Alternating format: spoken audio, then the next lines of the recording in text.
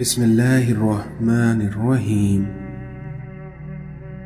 اللہ تعالیٰ نے تم پر تمہاری ماؤں کی نافرمانی کو حرام قرار دیا ہے۔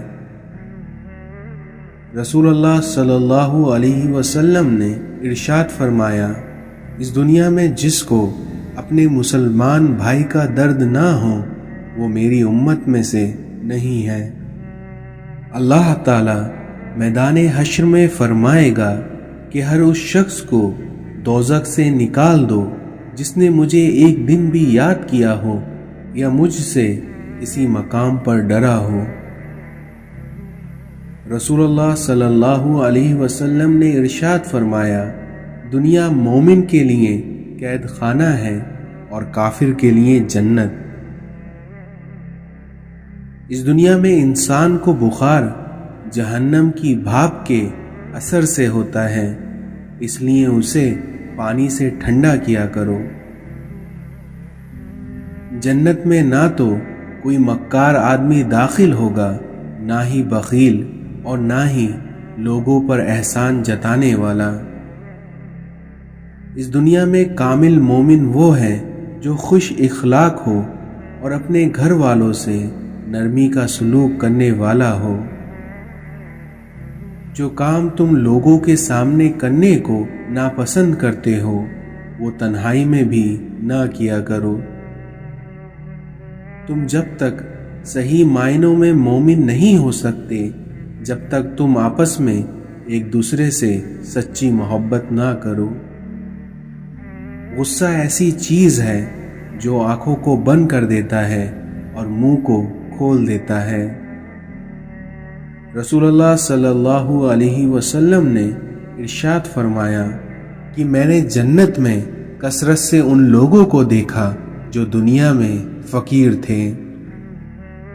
اگر کہیں رہنا ہی چاہتے ہو تو یاد رکھیں کہ اس دنیا میں خوبصورت ترین جگہ کسی کا دل ہے اور محفوظ ترین جگہ کسی کی دعاؤں کا حصہ ہے۔ آپ کا بڑا سرمایہ وہ لوگ ہیں جو آپ کی غیر موجودگی میں اپنے رب سے دعاؤں میں آپ کے لیے خیر مانگتے ہیں۔ وہ انسان کبھی زندگی میں ہار ہی نہیں سکتا جس کی امید اللہ سے ہو۔ ایک شخص نے کسی بزرگ سے کہا کہ مجھے نصیحت کریے، تو ان بزرگ نے فرمایا کہ تم بس دھیان رکھنا کوئی اللہ سے تمہاری شکایت نہ کر دے۔ میرا اللہ دیر تو کرتا ہے پر کبھی مایوس نہیں کرتا۔ اس دنیا میں ماں کی دعا آپ کو کبھی بدنصیب نہیں ہونے دیتی، وہیں باپ کی دعا آپ کو کبھی غریب نہیں ہونے دیتی۔ وقت کو پیدا کرنے والے کو وقت دے کر دیکھو، پھر دیکھنا وہ تمہارا وقت ہی بدل دے گا۔ زندگی میں جب انسان کو ہدایت مل جائے تو وہ یہ نہ دیکھے کہ وہ کیا کر چکا ہے۔ رسول اللہ صلی اللہ علیہ وسلم نے ارشاد فرمایا، اللہ سے شرم کرو جیسے کہ تم اپنے خاندان کے نیک اور شریف آدمی سے شرم کرتے ہو۔ اس دنیا میں لذتوں کو ختم کرنے والی چیز موت کو کثرت سے یاد کیا کرو، کیونکہ تمہارا ایسا کرنا تمہیں گناہوں سے بچائے گا۔ رسول اللہ صلی اللہ علیہ وسلم نے ارشاد فرمایا، مہمان کو رخصت کرتے وقت دروازے تک چھوڑنا سنت ہے۔ حضرت علی نے فرمایا کہ تم اپنی عقل کے ذریعے اپنی خواہش نفس کا مقابلہ کرو۔ اللہ فرماتا ہے، مجھے پکارو میں تمہاری دعائیں قبول کروں گا۔ رسول اللہ صلی اللہ علیہ وسلم نے ارشاد فرمایا، مریض کی عیادت کرنے والا گھر واپس آنے تک جنت کے باغ میں رہتا ہے۔ کچھ تکلیفیں ہمارا امتحان لینے نہیں بلکہ اپنے ساتھ جڑے لوگوں کی پہچان کروانے کے لیے آتی ہیں۔ دنیا میں سب سے طاقتور انسان وہ ہوتا ہے جو دھوکے کھا کر بھی لوگوں کی مدد کرنا نہیں چھوڑتا۔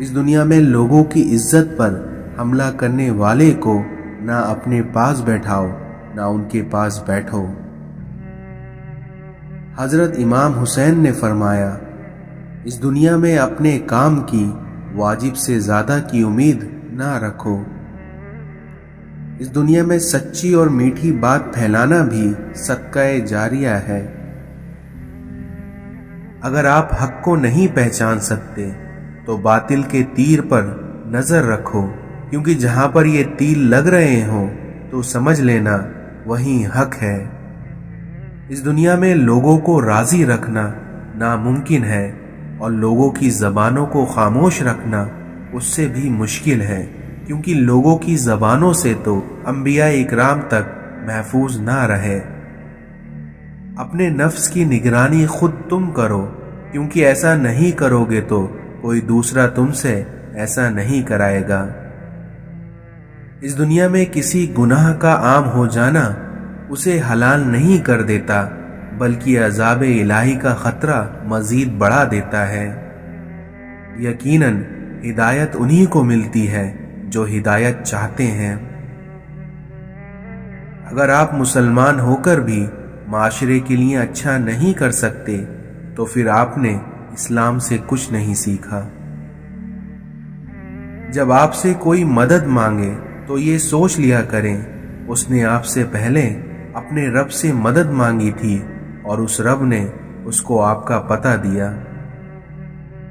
طوفانوں سے کھیلتے ہوئے گزری تمام عمر، کیونکہ مجھ کو راست نہ آئی کنارے کی زندگی۔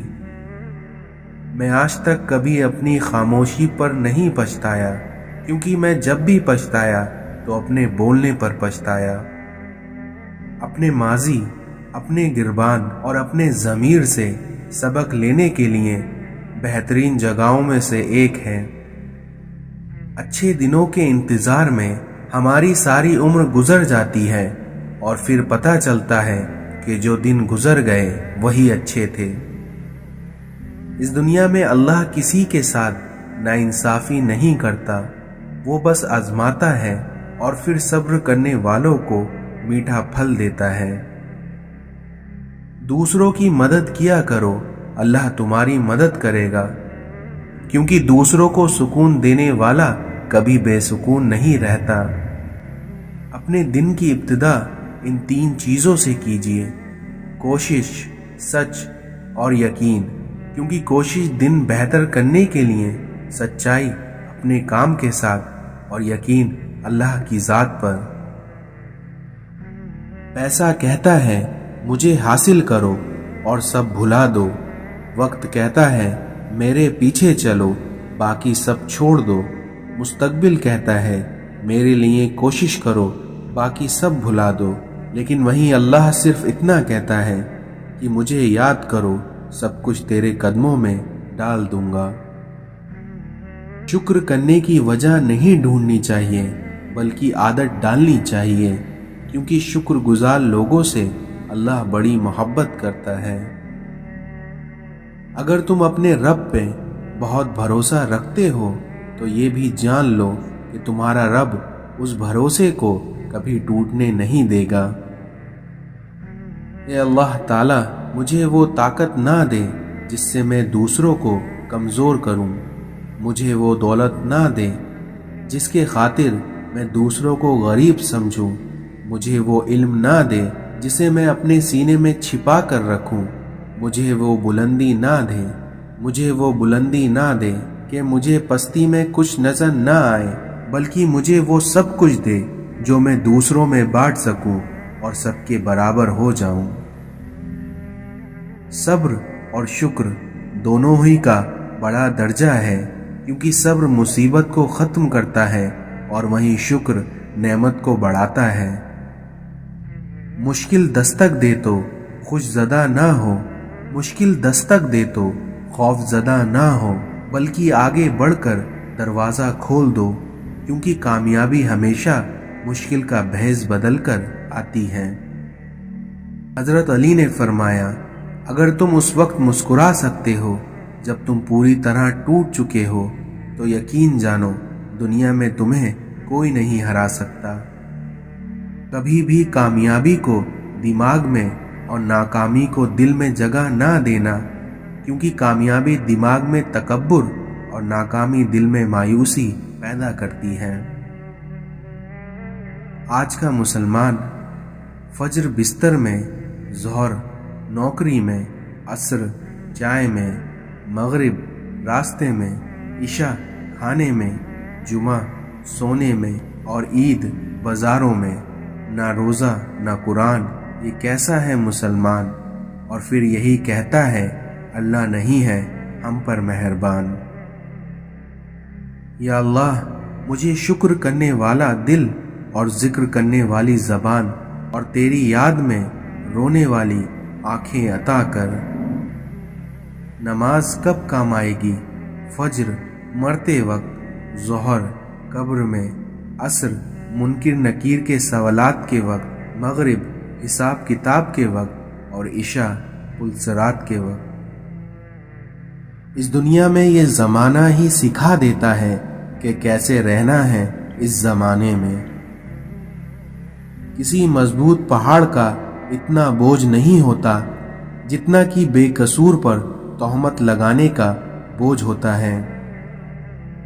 فجر کے لیے نہ اٹھیں تو نظر الارم پر نہیں بلکہ نظر اپنے ایمان پر ڈالیے۔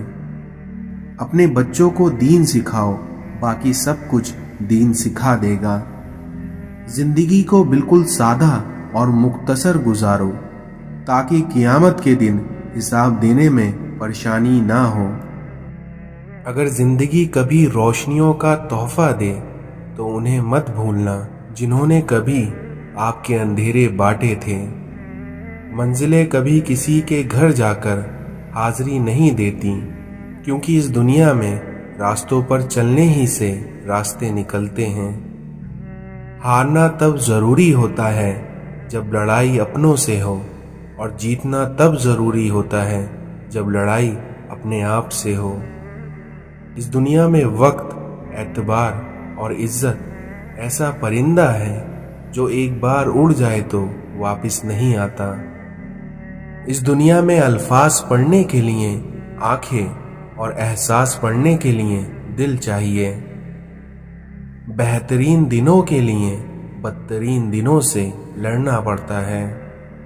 ناکامی یہ نہیں ہے کہ آپ گر جائیں، بلکہ ناکامی یہ ہے کہ آپ دوبارہ اٹھنے سے انکار کر دیں۔ اس دنیا میں اپنی اس خامی کو ڈھونڈو جو تمہیں کامیاب نہیں ہونے دیتی۔ مریض کی دعا۔ نبی کریم صلی اللہ علیہ وسلم نے ارشاد فرمایا، جب تم کسی مریض کے پاس جاؤ تو اس سے اپنے لیے دعا کی درخواست کرو، کیونکہ اس کی دعا فرشتوں کی دعا کے مانند ہوتی ہے۔ اس دنیا میں اللہ تعالی ماں باپ کو ستانے کا گناہ نہیں بخشے گا۔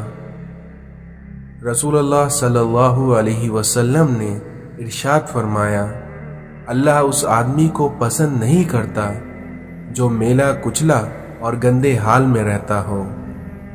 حضرت حلیمہ نے فرمایا، میں نے گھر میں کبھی چراغ نہیں جلایا، تو کسی نے پوچھا کہ کیا وجہ تھی، تو آپ نے فرمایا کہ محمد صلی اللہ علیہ وسلم کے ہوتے ہوئے کسی چراغ کی کیا ضرورت تھی۔